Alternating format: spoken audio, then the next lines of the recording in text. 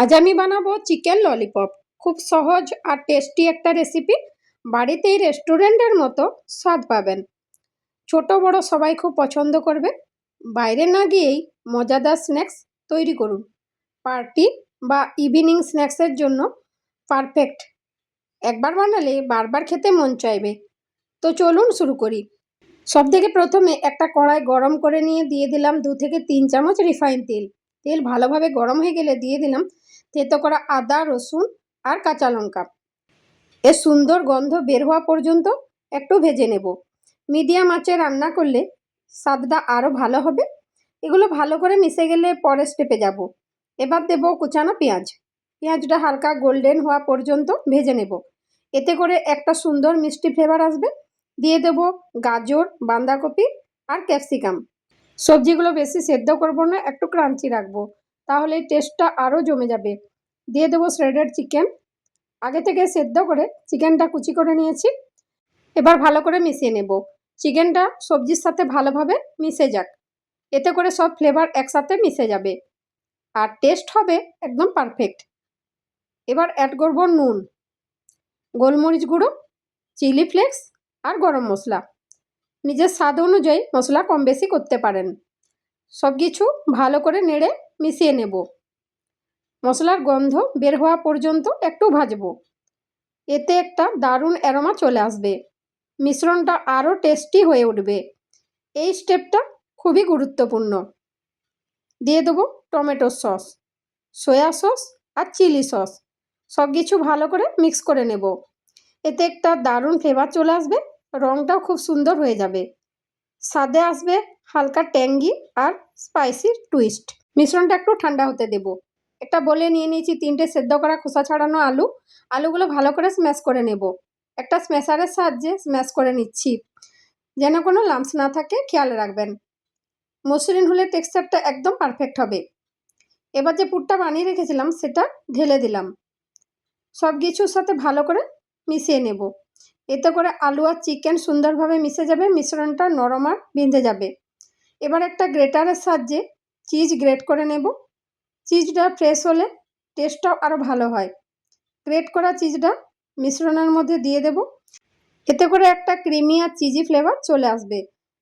চিজটা পুরো মিশে গেলে টেস্ট আরও বেড়ে যাবে। এবার নিয়ে নিয়েছি ব্রেড স্লাইস। এগুলো ছোট ছোট করে কেটে নেব। এবার দিয়ে দেবো কুচানো ধনেপাতা। এতে একটা ফ্রেশ ফ্লেভার চলে আসবে। সব উপকরণ একসাথে দিয়ে ভালো করে মিক্স করে নেব। এতে মিশ্রণটা আরও ভালোভাবে বাইন্ড হবে। একটা বাটিতে নিয়ে নেব ময়দা, অ্যাড করব নুন আর চিলি ফ্লেক্স। এবার একটু একটু করে জল দিয়ে মিশিয়ে নেব। একটা স্মুথ ব্যাটার তৈরি করতে হবে। খুব বেশি পাতলা বা ঘন যেন না হয়, খেয়াল রাখবেন। পারফেক্ট কনসিস্টেন্সি হলেই রেডি। এখন ব্যাটারটা ব্যবহার করার জন্য একদম প্রস্তুত। এটা দিয়ে আমরা পারফেক্ট কোটিং পাবো। এবার পরের স্টেপে এগিয়ে যাব। একটা বলে নিয়ে নিয়েছি ছানা, অ্যাড করব নুন, গোলমরিচ গুঁড়ো আর কর্নফ্লাওয়ার। সব কিছু ভালো করে মিশিয়ে নেব। এতে একটা সফট আর টেস্টি লেয়ার তৈরি হবে। মিশ্রণটা যেন একদম স্মুথ হয়, খেয়াল রাখবেন। এতে করে কোটিংটা খুব ভালো হবে। ফ্রাই করার পর টেক্সচার একদম পারফেক্ট আসবে। একটা প্লেটে সেমাই নিয়ে হালকা ক্রাশ করে নেব। খুব বেশি গুঁড়ো করব না, একটু ক্রাঞ্চি রাখবো। এতে ফ্রাই করার পর দারুণ ক্রিস্পি লাগবে। এবার পুর থেকে একটু পরিমাণ নিয়ে হাতে গোল করে নেব। তারপর হালকা চাপ দিয়ে চ্যাপ্টা শেপ করে নেব। এর উপর দিয়ে ছানার মিশ্রণটা দিয়ে দেব। এবার একটা স্টিক নিয়ে মাঝখানে বসিয়ে দেব। ভালো করে ললিপপের মতো শেপ দিয়ে নেব। সবগুলো একইভাবে তৈরি করে প্রস্তুত করে রাখবো। সবগুলো একসাথে বানিয়ে নিলে কাজটা সহজ হবে। শেপটা ঠিকভাবে ধরে রাখার চেষ্টা করবেন। ফ্রাই করার আগে একটু সেট হতে দিন। এখন একটা ললিপপ নিয়ে ময়দার ব্যাটারে ডিপ করে নেব। তারপর সেমাইয়ে কোট করে নেব। সবগুলো একইভাবে বানিয়ে নেব। একই প্রসেস ফলো করলে সবগুলো শেপ সুন্দর হবে, দেখতেও একদম প্রফেশনাল লাগবে। ফ্রাই করার জন্য একদম রেডি। এইবার একটা কড়াই নিয়ে দিয়ে দিলাম রিফাইন্ড তেল। তেল গরম হলে ললিপপগুলো ফ্রাই করার জন্য দিয়ে দিলাম। গ্যাসের ফ্লেম থাকবে মিডিয়াম। ধীরে ধীরে গোল্ডেন কালার করে ভেজে নেব। চারদিক সমানভাবে ভেজে নিতে হবে। এতে করে ললিপপগুলো সমানভাবে ক্রিস্পি হবে, কোনো দিক কাঁচা থাকবে না। খেয়াল রাখবেন হালকা করে ঘুরিয়ে ঘুরিয়ে ভেজে নিতে হবে, তাহলে পারফেক্ট গোল্ডেন টেক্সচার আসবে। ধীরে ধীরে রঙটা সুন্দর হয়ে আসছে। এখন ফ্রাই হয়ে গেছে, তেলটা ভালোভাবে ঝরিয়ে নিয়ে ললিপপগুলো তুলে নিচ্ছি। বাকিগুলো তেলে ফ্রাই করার জন্য দিয়ে দেব। একসাথে বেশি দেব না, তাহলে ভালো করে ভাজা হবে না। অল্প অল্প করে বেচে ভেজে নেব। মিডিয়াম আঁচে ক্রিস্পি করে ভাজবো।